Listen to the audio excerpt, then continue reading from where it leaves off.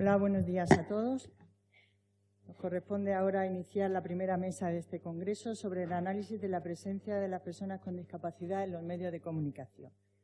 Ante todo, quiero dar las gracias a la organización del congreso y al CESIA en concreto por haberme invitado a participar en este congreso, en una materia en que la Comisión Nacional de los Mercados y la Competencia, a la que hoy represento en este acto como consejera, tiene un papel muy importante a través del control del cumplimiento de las obligaciones que al respecto impone la Ley General de Comunicación Audiovisual a los prestadores de servicios audiovisuales. Es una invitación que acepté con mucha ilusión, no solo como representante, como miembro de la CNMC, tampoco únicamente como persona comprometida con el mundo de la discapacidad, que lo estoy, sino también como mera ciudadana que comparto con el conjunto de la sociedad española unos valores democráticos y consideramos que una sociedad plural que acepta esa pluralidad y que lucha por la inclusión de todos y cada uno de sus miembros es el fundamento esencial del Estado social y democrático de derecho que propugna nuestra Constitución. Como ustedes saben, la Ley General de Comunicación Audiovisual establece o impone unas obligaciones concretas a los prestadores de servicios audiovisuales en abierto y que en concreto se concretan, valga la redundancia, en ciertos porcentajes de subtitulado y en determinado número de horas de audiodescripción y de lenguaje de signos. Y otorga además a la Comisión Nacional de los Mercados y la Competencia la función de supervisar su cumplimiento. Pues bien, puedo adelantarles que hace pocos días el Consejo de la Comisión ha adoptado una resolución en este sentido y si bien sus pormenores serán analizados esta tarde en otra mesa por la Subdirectora General de Audiovisual de la Comisión, sí que puedo brevemente resumir que podemos decir que estamos en la senda del cumplimiento, que la mayoría de los operadores han puesto de manifiesto esa concienciación con estos instrumentos y con el cumplimiento de estos porcentajes, en términos generales. Pero todos estaremos de acuerdo también que el cumplimiento de unos números, de unos porcentajes no son suficientes, sino van acompañados de unas medidas de calidad, de unos mínimos requisitos para que sea efectivo la finalidad de esos mecanismos. No se trata de cumplir unas horas por cumplirlas, sino de que estos sean realmente encaminadas al objetivo para el que se establecieron.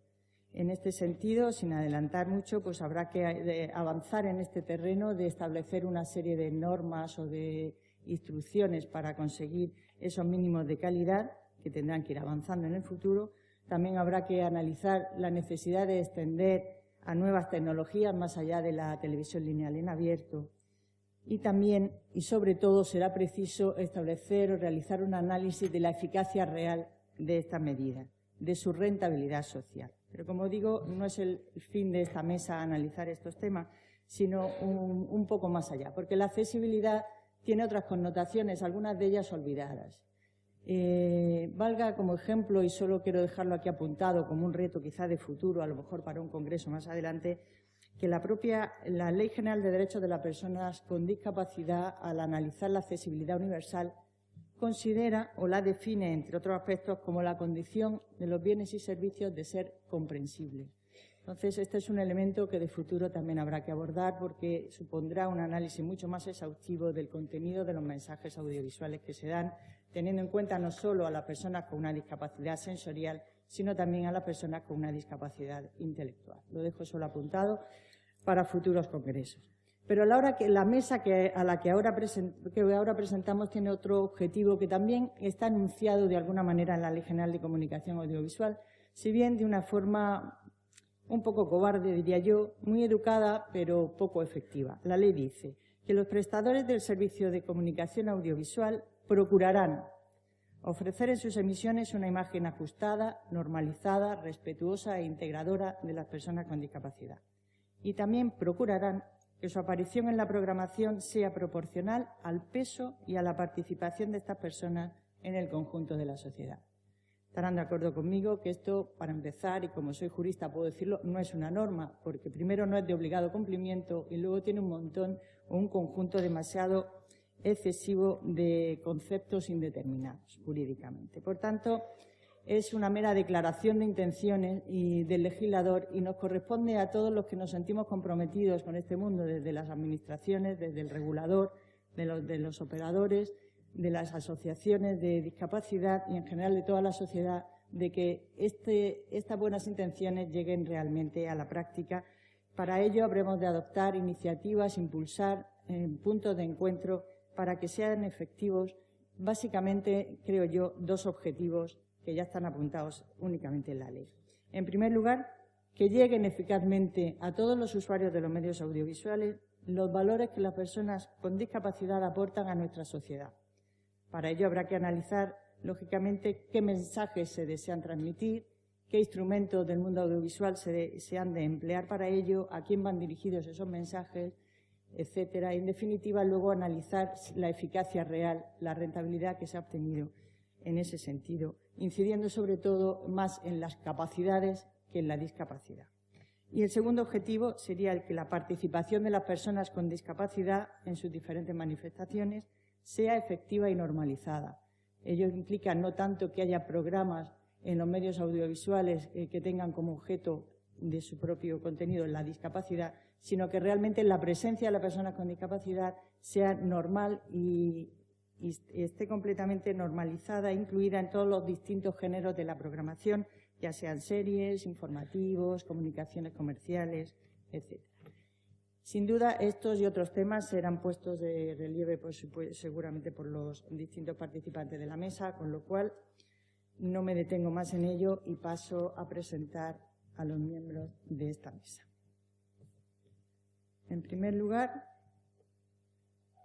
tengo ahí a mi izquierda Fermín Núñez Aguilar, responsable de Comunicación de Plena Inclusión, España. Lleva más de 15 años vinculado al periodismo social, como parte de la redacción primero de la revista El Siglo de Europa, con una sección propia dedicada al tercer sector, y luego en el Departamento de Comunicación de FEAPS, lo que es Plena Inclusión, del cual es responsable de comunicación y redes sociales. A continuación, a mi derecha, tengo a Gemma Pérez López, licenciada en Periodismo por la Universidad Complutense de Madrid, experta en comunicación de organizaciones. Comenzó a trabajar en el movimiento asociativo de personas sordas hace 12 años y desde hace 4 es responsable de comunicación de la Confederación Estatal de Personas Sordas y de su fundación. Patricia Rodríguez Santos es periodista de profesión y de vocación y después de pasar por varios medios de comunicación descubrió el mundo de la comunicación corporativa, profundizando en una máxima que ha hecho suya de que lo que no se comunica no existe. En este sentido ha venido trabajando en los últimos 8 años, primero al servicio de diversas empresas y ahora en la Confederación Española de Familias de Personas Sordas, FIAPAS. David Zanoletti García es jefe del Departamento de Tecnologías Accesibles en I+D de la Fundación 11. Ingeniero en Informática por la Universidad de Sevilla, máster en Ingeniería del Conocimiento por la Universidad Politécnica de Madrid, con 5 años dedicados a la investigación y 12 en el sector privado dedicado a la consultoría informática, con especial atención a la accesibilidad TIC y a la investigación y desarrollo. Antonio Carlos Simón Perla es presidente de la Federación de Asociaciones de Implantados Cocleares de España, en su sede en Cantabria. Es implantado coclear bilateral y con gran experiencia, por tanto, de lo que vamos aquí a hablar hoy, tanto en su propia persona como la de diversos miembros de su familia.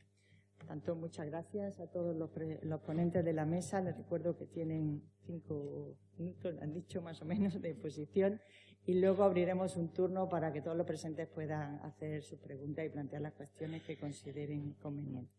Por tanto, Fermín, tiene la palabra. Hola, buenos días. Gracias, Clotilde. Gracias al Real Patronato, al Ministerio y a través del Real Patronato a CESIA por la invitación. Yo soy Fermín Núñez, responsable de comunicación de Plena Inclusión. Plena Inclusión es una organización que, aunque es de nuevo nombre, llevamos un año con esta denominación. Seguramente muchos de vosotros conoceréis como FEAPS. Como FEAPS lleva 50 años trabajando por y para las personas con discapacidad intelectual y sus familias. Y bueno, yo llevo en el Departamento de Comunicación unos 12 años. Durante este tiempo que he estado en el Departamento de Comunicación, pues he tenido oportunidad de participar en muchas mesas de debate relacionadas con la comunicación y la discapacidad. En esas mesas también bueno, yo he notado cierto cambio en los últimos tiempos, ¿no? Relacionados con la actitud que tenemos esta parte de las organizaciones relacionadas con el periodismo y con el ejercicio del periodismo y con la comunicación y la discapacidad, ¿no? Hace unos años sí que había una actitud por nuestra parte, por la parte de las organizaciones, como de echar en cara, entre comillas, a los periodistas, ¿no? Esa imagen que daban de las personas con discapacidad, en este caso intelectual, pero bueno, había representantes de todas las discapacidades, ¿no? En el caso de las personas con discapacidad intelectual es muy claro porque sufren un estigma bastante evidente en el tratamiento informativo que existe con estas personas, ¿no? De esta crítica, entre comillas, habría que decir que, y yo es de lo que voy a centrar este pequeño speech de 5 minutos, que yo creo que forma parte también del compromiso de las organizaciones dar una buena imagen de las personas con discapacidad intelectual. Este sentido quizá sea, no sé qué tienen preparado mis compañeros de mesa, pero quizá haga un poco yo de Pepito Grillo aquí, ¿no? Yo sí me he dado cuenta en el ejercicio de mi trabajo y por los que conozco el ejercicio del trabajo de los compañeros responsables de comunicación de otras organizaciones y de otras organizaciones en general, en el plano técnico, ya excediendo el ámbito de la comunicación, que sí que tiene que haber una incorporación cada vez más efectiva de las personas con discapacidad intelectual, bueno, de la discapacidad en general, en ámbitos normalizados de la vida, ¿no? Entonces, a mí me gusta decir que a más inclusión, mejor tratamiento mejor tratamiento informativo y mejor imagen social de las personas con discapacidad intelectual en nuestro caso, ¿no? Yo os voy a poner un ejemplo de lo que en plena inclusión venimos haciendo en los últimos tiempos para favorecer eso que el artículo 29 de la Convención de la ONU sobre Derechos de las Personas con Discapacidad dice, ¿no? Que garantiza o pretende garantizar la plena participación social de estas personas, ¿no? En estos momentos, no sé si en estos momentos por la diferencia horaria, ¿no? Pero hay una persona con discapacidad intelectual que hoy va a participar en un congreso muy importante que hay en Orlando, en Florida, que es un congreso global de lo que nosotros llamamos autogestores, ¿no? Que son personas con discapacidad intelectual que participan en su vida en ámbitos de activismo, en ámbitos normalizados y pretenden participar en la sociedad de forma mucho más intensa, ¿no? En esta conferencia global, Daniel Fernández, que es la persona que va a participar, va a representar a los autogestores españoles en ese congreso mundial, ¿no? Luego, esta semana que viene, Roberto, otra persona con discapacidad intelectual, va a acudir a Bruselas a reunirse con eurodiputados para llevarles las reivindicaciones de las propias personas con discapacidad intelectual que se encuentran en nuestro país, ¿no? En otros ámbitos como el derecho al voto, la capacidad jurídica, pues esta semana también hemos tenido una persona con discapacidad intelectual, Dolores, que también ha participado en una conferencia con agentes jurídicos en Trier, en Alemania, apoyada por una responsable jurídica de nuestra organización, para hablar de la capacidad jurídica y cómo incorporar a las personas con discapacidad intelectual que se encuentran sumidas en procesos de modificación de la capacidad legal, bueno, cómo incorporarles poco a poco a una mayor capacidad legal que, por ejemplo, garantice algo tan básico como el derecho al voto, ¿no? Entonces, todas estas participaciones creo que demuestran que cada vez más las personas con discapacidad intelectual, que además es un colectivo muy específico de la discapacidad, que se encuentra quizá un paso por detrás en esa incorporación de la participación social, pues se va incorporando a esta participación, ¿no? Esa esfera de inclusión para mí es muy importante y viene muy relacionada con este tema de la imagen social y de cómo tienen cabida las personas con discapacidad intelectual en los medios de comunicación. Porque al final los medios de comunicación lo que reflejan es la sociedad. Y una sociedad en donde estas personas están incorporadas, pues será una sociedad en la que los medios de comunicación también las traten mejor y den otra imagen social. Para nosotros, al final, el reto no es entrar en las secciones de sociedad de los medios de comunicación, es entrar en cualquier sección de cualquier ámbito, sea política nacional, sea deportes, bueno, sea la que sea, pero que se trate en un ámbito normalizado y que las personas con discapacidad intelectual, en este caso, pues puedan aparecer en otras esferas que no sean los sucesos, la sociedad, etcétera, ¿no? Para esto, y ya cerrando un poco mi intervención, no sé si me estoy pasando, para esto es fundamental congresos como este, ¿no? Porque en el ámbito, por lo menos, de las personas con discapacidad intelectual, la accesibilidad, como bien decía Clotilde, es un reto, ¿no? Yo me he apuntado lo que ha dicho de la ley, ¿no? Que decía que los medios deben ofrecer en sus emisiones una imagen normalizada, proporcional al peso y participación social, ¿no? Por este tema que os comentaba de la propia participación social de las personas con discapacidad intelectual. Pero no hay que olvidar que para garantizar esa participación, en el caso de las personas con discapacidad intelectual, es fundamental el tema de la accesibilidad cognitiva, en este caso. Hay muchísimas personas en España con discapacidad intelectual y otras personas con dificultades de comprensión que no acceden ni siquiera a los servicios más básicos de información por este problema de su dificultad de accesibilidad cognitiva, ¿no? Y hay suficientes medios y investigaciones y metodologías para garantizarla. Es un reto y ya me gustaría que en el futuro los medios de comunicación también entendiesen que deben incorporar a las personas con dificultades de comprensión a sus contenidos y garantizar esa accesibilidad para que también a través de esa información constante, pues las personas con discapacidad intelectual y dificultades de comprensión se puedan incorporar también a la sociedad y participar de ella. Nada más. Muchas gracias.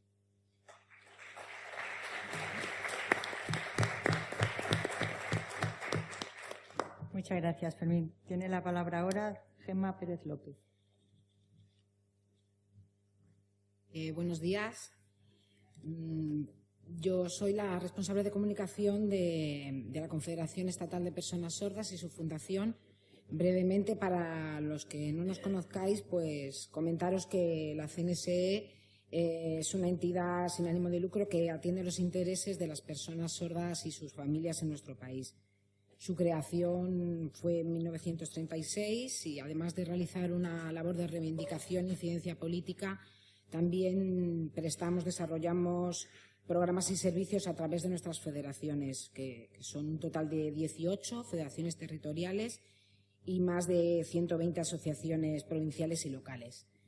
Y bueno, entrando ya en materia, como comentaba hace un momento Fermín, congresos como este son muy importantes. El tema que hoy se trata en esta mesa de debate considero que es fundamental para las organizaciones de acción social. Y creo que lo es porque a diario seguimos comprobando que en nuestra sociedad siguen vigentes mitos, estereotipos y expresiones erróneas acerca de las personas con discapacidad. Y evidentemente esto pues dificulta una visibilidad positiva de este colectivo.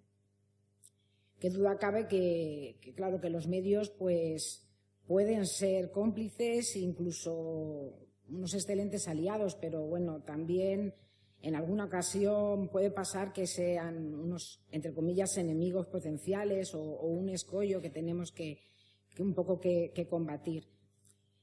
Cuando esto ocurre, estoy convencida que no se trata de una cuestión de falta de sensibilidad, ni mucho menos. A veces es una cuestión relacionada con las fuentes que utilizan, el exceso de trabajo o a quién dan eco en esos medios de comunicación, especialmente si se trata de políticos o personajes famosos.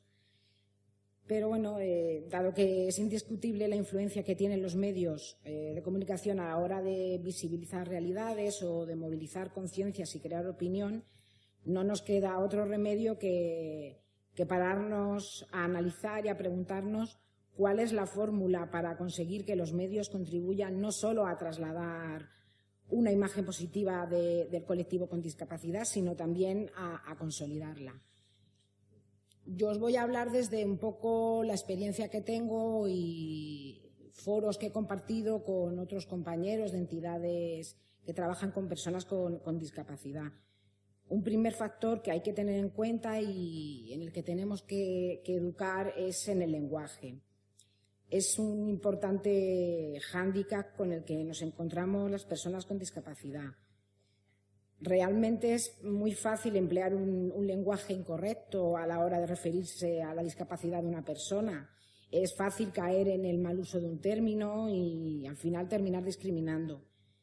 Y como antes comentaba, la mayor parte de las veces es por desconocimiento, pero lamentablemente cuando hablamos de discriminación, el resultado finalmente es más importante que la intención. Quería comentaros un ejemplo. Hace poco leí en un periódico la opinión de una persona que comentaba, un lector que espontáneamente comentaba que hasta cuándo se iban a seguir utilizando términos, os hablo ahora de las personas sordas en particular, términos como sordomudo para referirse a una persona sorda, que hasta cuándo se iba a dar un enfoque asistencialista a una labor como la que realiza, tan importante como la que realiza un intérprete de lengua de signos, o hasta cuándo se iba a mostrar a una persona con discapacidad como una persona que tiene que producir pena. Realmente yo estoy convencida que la gente que utiliza el término sordomudo lo hace convencido de que es correcto. ¿Quién de nosotros no hemos escuchado o utilizado en alguna ocasión la palabra sordomudo para referirse a una persona sorda? El tema al final es que no es un término correcto, resulta molesto para las personas sordas, discrimina y no se ajusta a la realidad. Las personas sordas no son sordomudas, es un estigma que circula socialmente, con el que se ha definido al colectivo y responde un poco a una idea aparente de que las personas sordas son incapaces de comunicarse. Pero no es así. En realidad, el colectivo de personas sordas es cierto que es muy heterogéneo. Tampoco voy a entrar a explicar este tema porque no es la cuestión del debate, pero en cualquier caso, la discapacidad auditiva no está asociada a ningún trastorno que prive físicamente a una persona de la facultad de hablar. Lo mismo ocurre con otras ideas muy extendidas. Considerar que las personas sordas saben leer los labios, pues habrá personas sordas que sepan leer los labios y personas que no son sordas que también sepan, pero en este sentido quiero aclarar que un poco que la lengua oral realmente está concebida para transmitirse por el oído, no por la vista. Además, hay variables que pueden entorpecer la lectura labial, por ejemplo, la falta de luz o la capacidad de vocalizar del otro interlocutor, la habilidad del hablante. Por lo tanto, es otra generalización que no es acertada. Del mismo modo, tampoco es correcta la expresión lenguaje de signos, ni presuponer que la lengua de signos es universal. Parece que estoy aquí leyéndoos la cartilla, pero no es mi intención. Simplemente que si este congreso sirve para que esto se pueda llegar lo más lejos posible, pues muchísimo mejor. Realmente la lengua de signos es una lengua oficialmente reconocida, tiene todas las características propias de las lenguas orales, la misma funcionalidad para pensar, comunicar y manejar cualquier concepto, y además cada país tiene su propia lengua de signos. Esto nos lo preguntan constantemente. En España está la lengua de signos española y la lengua de signos catalana. Y dejando de lado el lenguaje, paso al último tema que quiero tratar, es el tema relacionado con la imagen de persona de discapacidad, pobrecito, o no tiene la suficiente capacidad. Creo que tenemos que rechazar los enfoques de este tipo, por mucho que nos pueda atraer o tentar aparecer en un medio de comunicación. Nosotros, por ejemplo, porque ocurre, aunque parezca mentira, una de las peticiones que con frecuencia lanzamos a los medios es que cuando una persona sorda aparezca en un medio, si necesita un intérprete hay que garantizárselo. No es adecuado, y como digo, podrá parecer mentira y no lo es, que una persona sorda se vea obligada a comunicarse a través de lápiz y papel en un medio de comunicación o con cartelones o que se utilice a un familiar o a un amigo para que haga de puente de comunicación. Como digo, una persona sorda, como cualquier otra persona, tiene derecho a participar de forma activa en un formato, ya sea televisivo o cualquier otro, y a poder hacerlo en condiciones de accesibilidad. porque realmente de otra manera la imagen que se da de esta persona es distorsionada. ¿Qué hacer en estos casos? Pues sí, es una reflexión que no solo lo hacemos en nuestro movimiento asociativo, también con otras organizaciones, cuando nos reunimos con CERMI estatal, la comisión de imagen. Yo, en mi opinión, o por lo que veo, creo que tenemos que ser conscientes de esto, de la tremenda influencia que ejercen los medios de comunicación y por tanto, pues quizá lo mejor es mostrarles otra perspectiva pues de una manera sincera y de una manera coherente. Por otro lado, desde luego hay que ser constantes. Como algo positivo he de decir que, bueno, por lo general creo que los medios de comunicación suelen mostrarse receptivos y empáticos ante este tipo de situaciones. Pero bueno, por otro lado también hemos de ser realistas. Los estereotipos ni desaparecen de la noche a la mañana y, como decían mis compañeros, el hecho de que haya una escasa presencia en cines, series, televisión de personas con discapacidad pues no favorece en absoluto. Es clave, por tanto, que trabajemos, que apoyemos la presencia de personas con discapacidad en los medios de comunicación y ya de paso también aprovecho para hacer un llamamiento a las cadenas y decirles que los espectadores sordos tienen que poder acceder a la información en igualdad de condiciones. Y eso pasa porque se cumpla la normativa de la que hablaba antes Clotilde, de la Ley de Comunicación Audiovisual, y que se incorpore pues una lengua de signos y un subtitulado de calidad en los contenidos audiovisuales. Estos son aspectos irrenunciables. Y bueno, por último, os animo a que os acerquéis a la diversidad, que no la temáis, que creo que la diversidad hay que conocerla porque enriquece y sobre todo porque, bueno, estoy convencida de que compensa. Muchas gracias a los intérpretes, por un lado, a las personas que están realizando todo el tema del subtitulado, esta noticia, y bueno, y muchas gracias al Real Patronato, al CESIA por la oportunidad y, por supuesto, a todos vosotros por el rato que me habéis dedicado.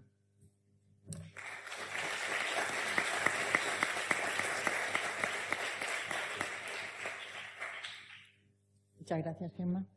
Ahora tiene la palabra Patricia Rodríguez Santos. Hola, buenos días. Muchas gracias, Clotilde, por la presentación. Muchas gracias al CESIA y al Real Patronato por la invitación. Bueno, yo pertenezco al área de comunicación de la Confederación Española de Familias de Personas Sordas, FIAPAS, y os explico un poquito qué es. Bueno, FIAPAS es una entidad que lleva más de 38 años luchando por los derechos y mejorar la calidad de vida de las personas sordas y sus familias, a través de su movimiento asociativo de familias repartido por toda España. Quiero empezar diciendo que, bueno, pues voy a hablar de lo que es el panorama de la sordera. Un panorama pues que ha evolucionado mucho y que es un grupo muy heterogéneo. Para empezar, pues ha evolucionado mucho y ya no es lo mismo que hace 30 años. Ahora, gracias a los progresos científicos y tecnológicos que permiten restaurar la vía auditiva, pues encontramos generaciones de niños, niñas y jóvenes sordos que, gracias al diagnóstico precoz de la sordera, así como una intervención logopédica y protésica temprana, pues han tenido la oportunidad de acceder al lenguaje oral de forma natural en los primeros años de vida, alcanzando después un pleno desarrollo personal con mejores resultados en el terreno académico y profesional. Y gracias también a este progreso científico y tecnológico, encontramos que las prótesis auditivas cada vez son más potentes, cada vez más pequeñitas y cada vez más fáciles de disimular. Por lo que no sabemos que estamos ante una persona sorda hasta que o no le vemos la prótesis auditiva o, en el caso en que comunique en lenguaje de signos, porque mueve las manos cuando nos va a decir algo. Y ya en el caso en que, además, la persona sorda comunique en lenguaje oral, es doblemente invisible. Podemos decir eso, que la sordera es una discapacidad invisible, porque no es tan evidente como una ceguera, como una discapacidad física o como algunas intelectuales. Y sobre todo, lo que quiero insistir es que a la sociedad le cuesta entender que las personas sordas pueden hablar como os estoy hablando ahora mismo y como os van a hablar a continuación. Por eso nosotros, desde FIAPAS, con motivo del Día Internacional de las Personas Sordas, que tuvo lugar hace un mes, llevamos a cabo una campaña de sensibilización bajo el paraguas Que lo escuche todo el mundo, para ofrecer una imagen social más ajustada a la realidad actual de las personas sordas y provocar que la sociedad se comprometa con su inclusión, acercándola a las dificultades a las que se enfrentan en su día a día y los recursos técnicos y humanos de los que disponen actualmente para facilitar su acceso a la comunicación y a la información. Cada año nos centramos en un aspecto distinto. El primer año nos centramos en los jóvenes con sordera y su inclusión sociolaboral. El segundo año nos centramos en los niños y las niñas con discapacidad auditiva y las barreras a las que se enfrentan en su día a día, sobre todo de comunicación, en el colegio. Y este año hemos llamado la atención sobre la importancia del momento del diagnóstico de la sordera y las preguntas que se pueden hacer las familias en el momento en que van a la consulta del especialista y le confirma la sordera de su hijo o de su hija. Imaginaros qué momento.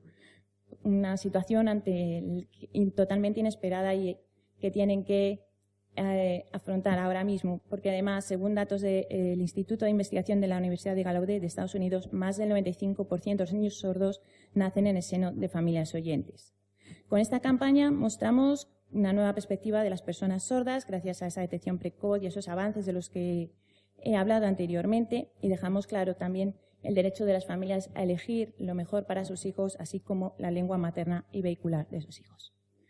Y dicho esto, vuelvo al tema de la sociedad a la que queremos concienciar, que tiene un gran desconocimiento de lo que es el panorama de la discapacidad auditiva en general y de las personas sordas que comunican en lengua oral en particular.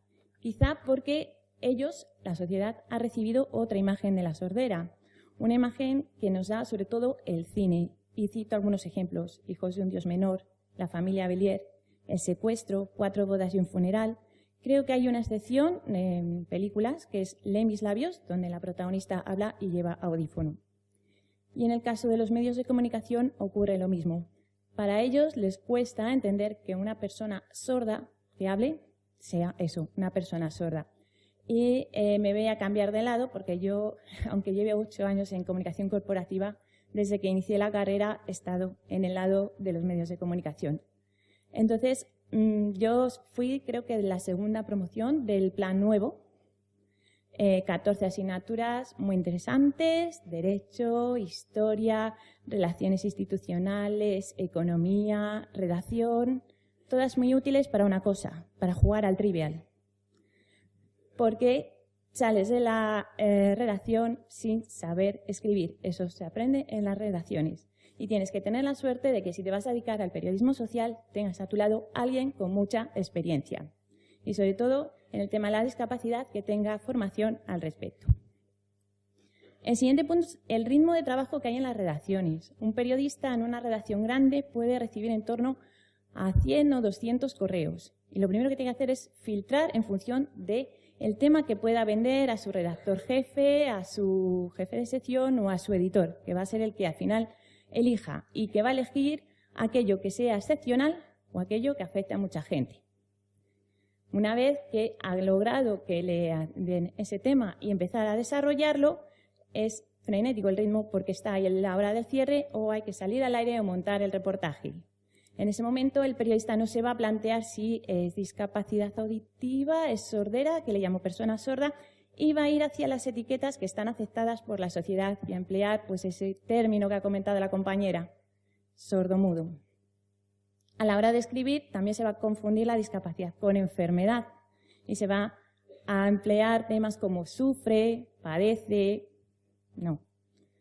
Y en este lado de momento de la redacción, pues se va a adoptar pues otra cosa que ha comentado la compañera, esa actitud paternalista, ¿no? Para presentar a las personas con discapacidad en los medios de comunicación. No tienen que dar pena, solo tenéis que trasladar a la sociedad para que se pongan en su lugar y vean la situación en la que están. Es el momento también en el que el editor, que va a ser el que al final titule, pues se deje llevar por ahora en el mundo 2.0, por el clic. Conseguir que el lector le dé el clic y lea su artículo, ¿no? Optando por el sensacionalismo y el dramatismo. Y cito algunos ejemplos porque, bueno, ha sido la última semana que ha sido, bueno, un ejemplo de clic total, porque fue en un programa de Telecinco a raíz de una historia que pasó. Pues se descubrió que uno de los redactores o presentadores de otro de los programas había tenido, según los titulares, una dramática infancia, una dura infancia o una tierna infancia, según, porque sus padres eran sordos y él tuvo que hacer de intérprete desde muy pequeño. Yo cuando vi el titular y me metí a leerlo, yo lo que me esperaba era o que vivía debajo de un puente o que le habían pegado, no sé, pero era que sus padres eran sordos y tuvo que hacer de intérprete. Yo conozco a un amigo mío, sus padres eran los dos ciegos y tuvo que ser sus manos y sus ojos y lo lleva divinamente. Y otra cosa que pasa en los medios de comunicación es que, vale, informamos de las barreras, pero las ponemos a la vez. Se ha hablado de la ley de subtitulado, pero ¿qué pasa con las piezas que se suben a las páginas web o a YouTube? YouTube ahora ofrece un sistema de subtitulado automático, muy facilito, pero parece que está olvidado. Es que no hay tiempo de subtitular. Bueno, pues, por favor, tenedlo en cuenta. No pongáis barreras, informad de no ponerlas, pero ponedlas. Subtitular las piezas, por favor.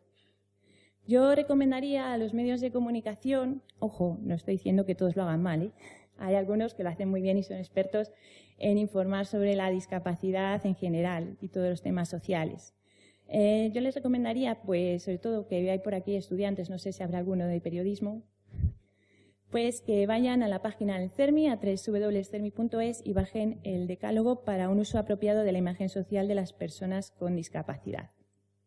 Y donde podrán ver, pues, qué tratamiento correcto hay que dar a estas personas cuando se informe de ellas. Nosotros desde FIAPAS, una vez que el medio de comunicación se ha interesado por nuestros temas, ha conseguido pasar ese filtro del editor y ha conseguido decir, pues mira, esta persona realmente es sorda, pues bien, FIAPAS habla con la persona responsable de FIAPAS con la que tenga que hablar y se encuentra un testimonio que se da a una persona sorda que le está oyendo y le está hablando. ¡Oh, milagro! Bueno, nosotros, gracias a las redes sociales, estamos acostumbrados ya a ver este milagro. Un milagro que se está viralizando. Basta con poner el momento en que el joven escucha por primera vez su voz en la consulta del audioprotesista. Ese milagro, que es el que se activa, es el implante coclear que tiene para hacer ya los 60 años. En FIAPAS no se va sin tener toda la información, todos los conceptos claros, conocer nuestra labor y visitar lo que llamamos nuestro museo, es decir, una evolución de lo que es las prótesis auditivas y que, sin que le quede claro que, tal como se lo va a demostrar la persona con la que va a hablar, necesitan escuchar. Es más, la persona normalmente con la que habla, ese testimonio, ese joven, esa persona sorda que se encuentra, le deja su prótesis auditiva al periodista para que la vea, que al rato se la va a pedir porque, claro, necesita estar oyendo. Y insistimos, y ella le va a insistir en que con esto no está todo hecho. Yo necesito ayudas auxiliares y necesito accesibilidad. Y entonces es el momento en que le recordamos, por favor, tenéis que subtitular las piezas, los niños tienen que tener en los colegios el tema de las FM y una cosa que les encanta, que están aquí los cartelitos, que es el bucle magnético. Cuando les hablas a la mayoría de los periodistas sobre el bucle magnético, parece que les estás hablando de ciencia ficción. Sobre todo cuando le enseñas y dices, este es el bucle. Y entonces ese momento dice, ¿y cómo esto no está en todos lados? Chicos, esa es vuestra responsabilidad. De hacer saber a la sociedad lo necesario que es y que con poca inversión se hace mucho beneficio. Nosotros siempre pretendemos que cuando se cubra una noticia de FIAPAS, el periodista se ponga también en el lugar de la persona sorda con la que está hablando y que es lo que tiene que trasladar a la sociedad. Que hay muchas personas que no nacen sordas y que se quedan sordas a lo largo de la vida o de forma repentina y tienen que hacer frente a una nueva situación. Y os doy un dato, que más de 3,5 millones de personas en España tienen problemas auditivos de distinto tipo o grado que les plantean dificultades para entender una conversación en un tono de voz normal sin las prótesis auditivas. Es necesario eso, que se comprenda la importancia de esos apoyos protésicos, ya estoy terminando ahora mismo, y de esos recursos a la información y a la comunicación de los que he hablado antes. Se había que pensar que la sordera puede afectarnos de forma directa a nosotros o a nuestros familiares. Yo creo que todos en la sala conocemos algún caso. Incluso nos afecta antes, según la Organización Mundial de la Salud. gracias a esos cascos que vienen con los dispositivos musicales. Hay que pensar que estas personas también son personas sordas, aunque tristemente no se las va a considerar como tal porque las redacciones no venden. Si no se informa de ellas, no existen, seguirán siendo invisibles y la labor de las entidades como las de FIAPA será cada vez más difícil. Por favor, que lo escuche todo el mundo. Muchas gracias.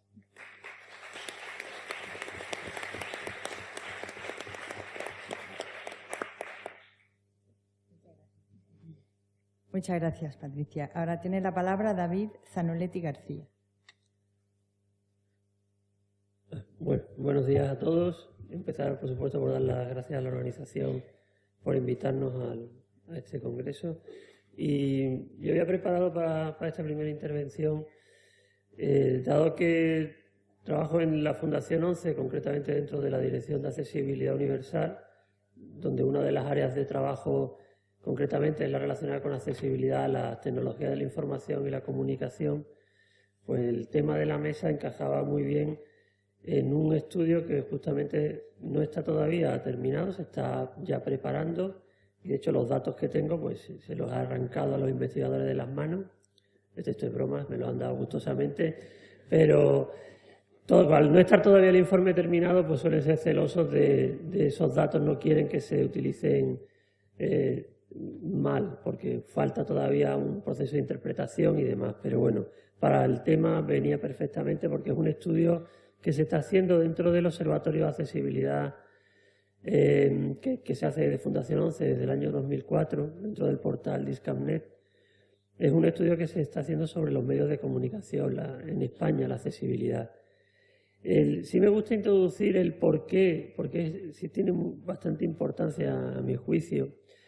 ¿Por qué se creó este observatorio? Uno de los objetivos globales que tiene, y aquí además se va a poner, lo vamos a ver de manifiesto en todo lo que se está ya comentando, es que todo el argumentario que tenemos en cuanto a la inaccesibilidad, las barreras de accesibilidad en nuestra sociedad, lo conocemos, pues evidentemente todas las personas que trabajamos dentro de este colectivo, cada uno en su asociación o en su parte correspondiente. Todos lo conocemos bastante bien, lo sufrimos en muchas ocasiones, lo defendemos en muchísimos ámbitos y escenarios, pero algo que siempre seguimos hoy echando en falta son datos objetivos, porque para convencer el argumentario evidentemente tiene que ir por delante, el argumentario conceptual, filosófico y de realidades y de experiencias que vivimos y que conocemos. Pero después para convencer en muchos casos a las administraciones públicas, a gobernantes, a personas que tienen que decidir, pues falta llevar datos objetivos, datos tratados de conseguir de la forma más, una metodología seria y que tengan la menor signo de duda posible. Entonces, por eso fue el principal motivo por que se creó este observatorio. Desde que se creó hay más de 20 estudios y, como digo, el último que voy a tratar de introducir una serie de datos de él y unas pequeñas conclusiones, es sobre la accesibilidad de los medios de los principales medios de comunicación que tenemos en España. El estudio se ha hecho concretamente nos hemos ido a las plataformas digitales que tienen algunas televisiones, cadenas de radio y medios de prensa, periódicos. Y se ha hecho un análisis técnico siguiendo las pautas de accesibilidad, las WCAG 2.0, siguiendo también un análisis de experiencia de usuario, o sea, sometiendo a grupos de usuarios con diferentes discapacidades y sin ellas, para hacer una serie de test de control, a ver qué barreras encuentran. Suele ser siempre la valoración suele ser más positiva porque el usuario tiene al final más recursos para conseguir salvar muchas de esas barreras, y también los productos de apoyo a veces tienen una potencia alta que ayudan a salvarla, aunque no cumpla técnicamente ese entorno web, ¿no? Ese sitio no cumpla las normas técnicas necesarias. Pero por último también hicimos una encuesta de más de 400 entrevistados, una encuestas online a personas con discapacidad, que respondieron, como digo, más de 400 personas, para conocer, bueno, qué barreras encontraban en unos y en otros. Estos fueron los 3 ámbitos. En resumen, voy a primero de todo a leer cuáles son los medios. Están expuestos en la pantalla, pero bueno, los leo. En televisión son todos ellos recogidos por niveles de mayor cobertura nacional. No, por eso se han elegido.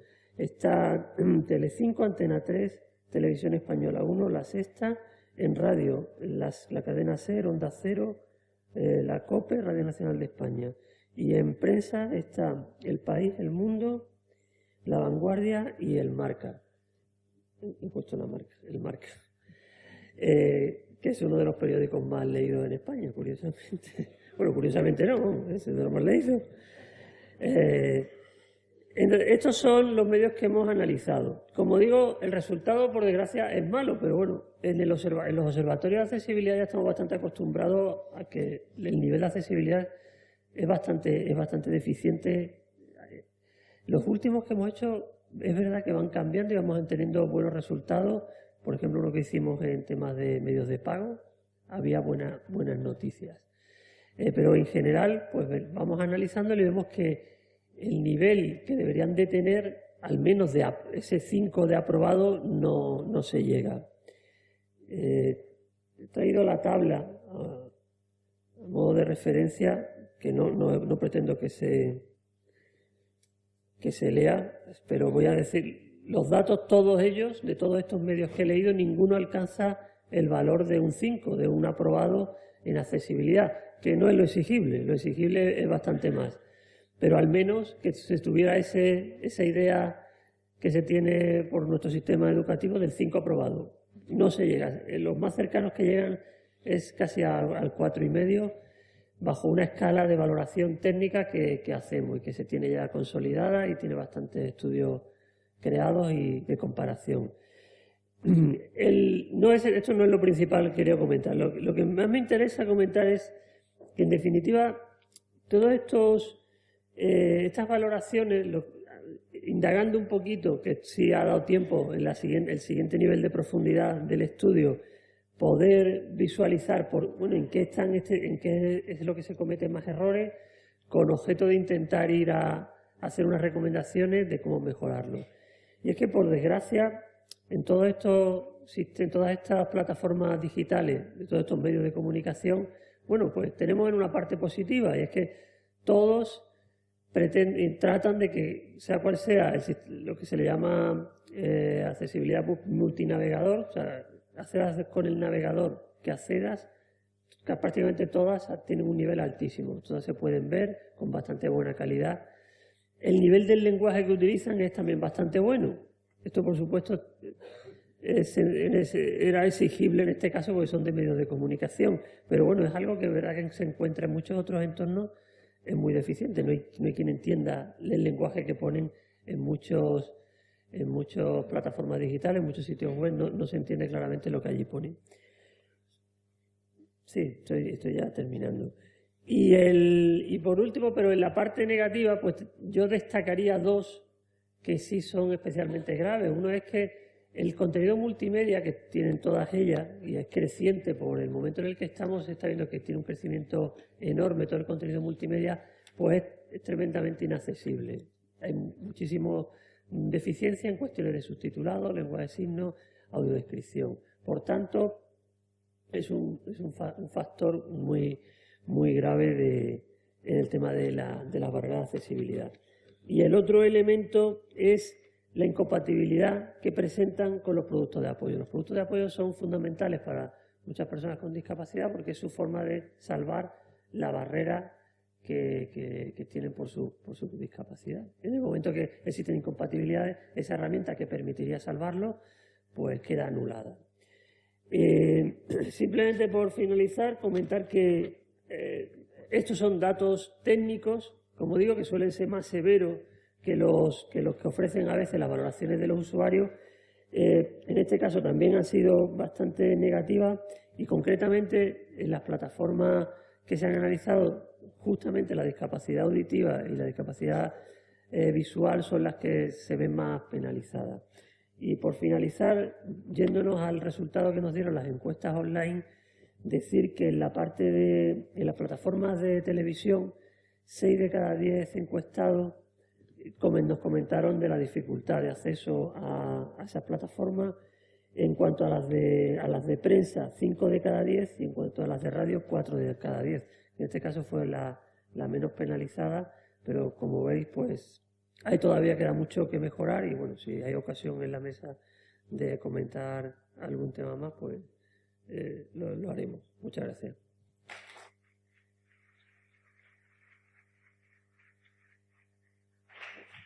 Muchas gracias, David, sobre todo por el esfuerzo en resumir, porque vamos muy mal de tiempo. Y el último miembro de la mesa que va a hablar es Antonio Carlos Simón Perla.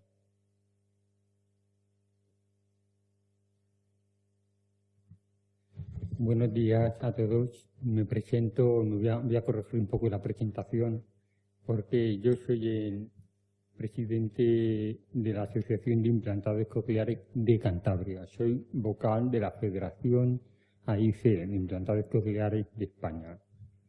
Bien, y como tal, estoy aquí.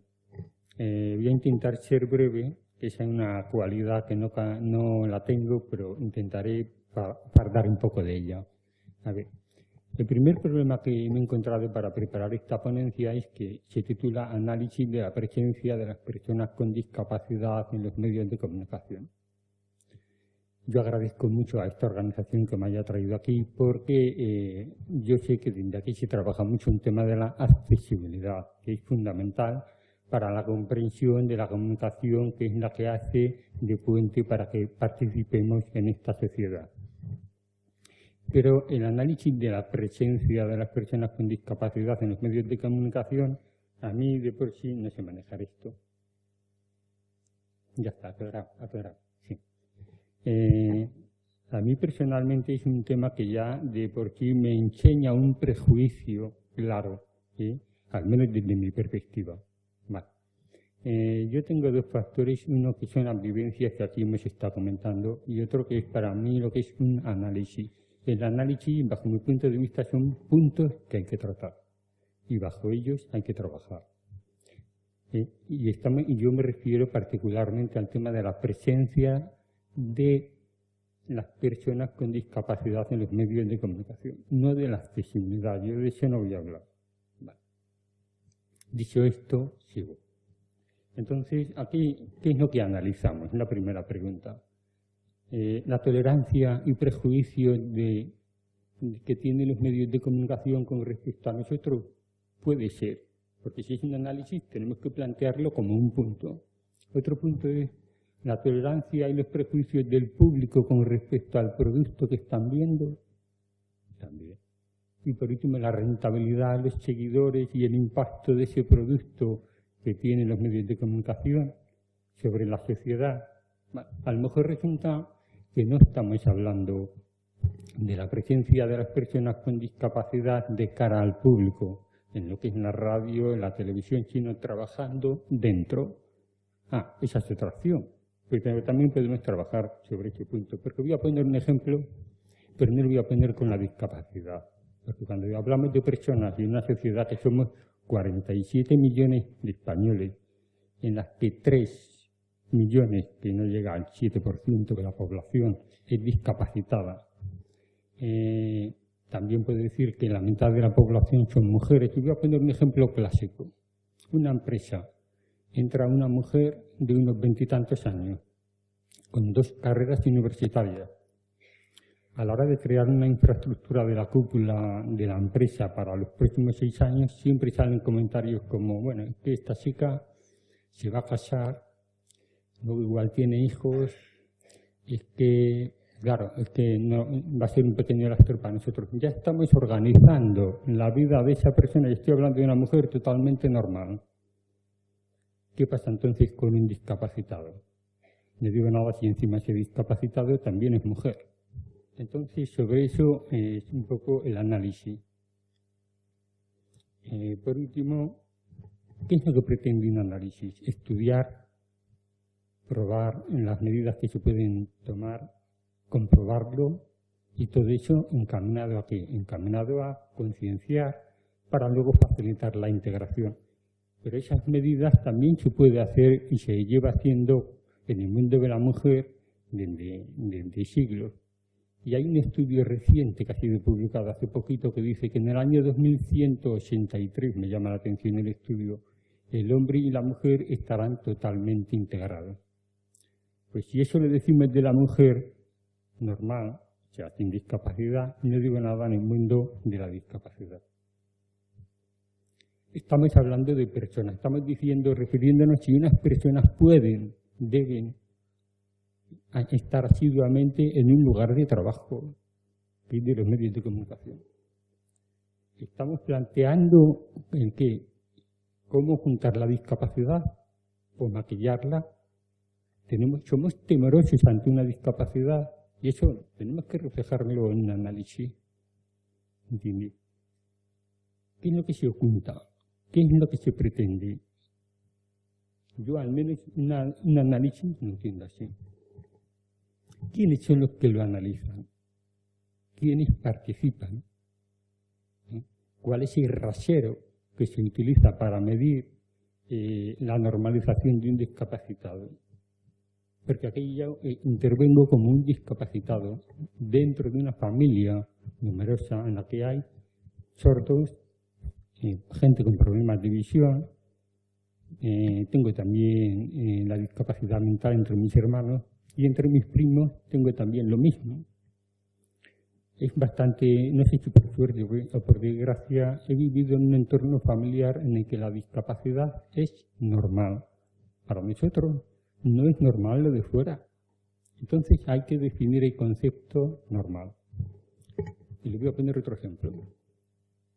Nosotros, entre mis hermanos, que tenemos, bueno, casi todos hemos ido a la universidad. Yo particularmente no terminé la carrera de ingeniería porque me era muy difícil entender seno, coseno de alfa en un vocabulario demasiado rápido. Pero tengo dos hermanos que tienen carrera y media, medicina, historia y tal. Y tenemos que luchar el doble que nadie, pero al día de hoy creo que no podríamos, porque tenemos que tener inglés.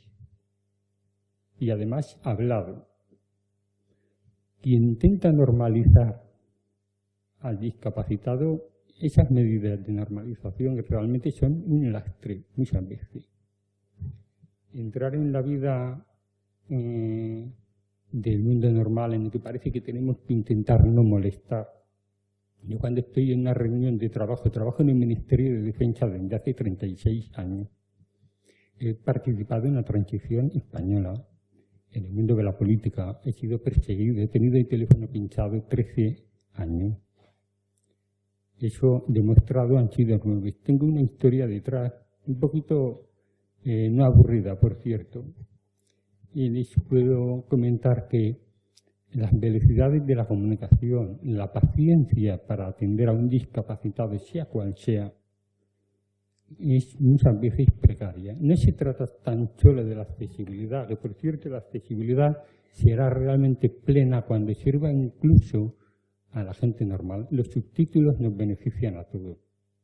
Y muchas veces los comentarios que hay también. Pero es una cuestión de la filosofía. La accesibilidad, ¿quién la marca? Yo creo que hay que escuchar un poquito más al mundo de la discapacidad. Los sordos, los ciegos, somos tan solos el 6% del mundo de la discapacidad, esos 3 millones. Los ciegos son otro 6% y los mixtos un 2%. Luego está la discapacidad mental, tal. O sea, el mundo neurosensorial es muy breve, muy corto. Y en ese sentido tenemos que empatizar con las personas. Para mí el enfoque, y me he quedado atrás, porque para mí el enfoque de esto es lo que yo decía, de quiénes se analizan, cuál es el rasero de la medida que pongo discapacitados, deben de encajar en la vida normal. El rasero medidor es la capacidad del individuo para actuar de la manera más normal. Pero desde el punto de vista del discapacitado tenemos que intentar encajar. Yo cuando vine a una reunión en mi trabajo tengo que intentar enterarme de todas las conversaciones cruzadas que hay siempre. ¿Entiendes?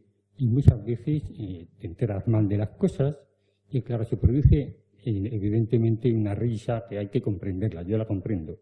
Si alguien me dice patata, yo he entendido banana, porque son 3 vocales y son 3 sílabas. Pues claro, decir banana, claro, si yo digo banana, la gente se ríe. En el mundo sordo nos pasa lo mismo, estás comiendo, el mantel es blanco, las copas son transparentes, cuando alguien va a coger en mi familia una copa transparente no la ve, la tira. Y se cae el agua y manchas al vecino de al lado, tal, que produce la risa, el escándalo. Siempre estamos en una situación de que estás haciendo ridículo, de que tienes que luchar incluso con las barreras que tienes incluso para comer. Reunión de trabajo comiendo. Pues imagínense un sordo que encima ve mal, que está masticando, que la gente habla con la boca llena. O sea, hay muchas cosas que tenemos que facilitar. Y por último, un tema importante, y aquí ya me salto todo esto. Para mí el enfoque es el individuo, no es la persona. El individuo es la unidad mínima del Estado de Derecho, es la unidad básica. ¿Sí? Y entonces cada discapacitado es diferente y la discapacidad se tiene que entender desde un punto de vista más global. ¿Sí?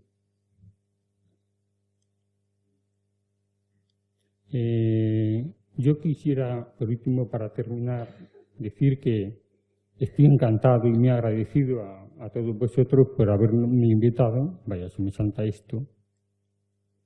Y lo único que pretendo es unir mi fuerza y mi comentario al vuestro. Sé que igual distorsiono o discrepo con vuestras medidas, pero creo que es la finalidad de este análisis. Muchas gracias.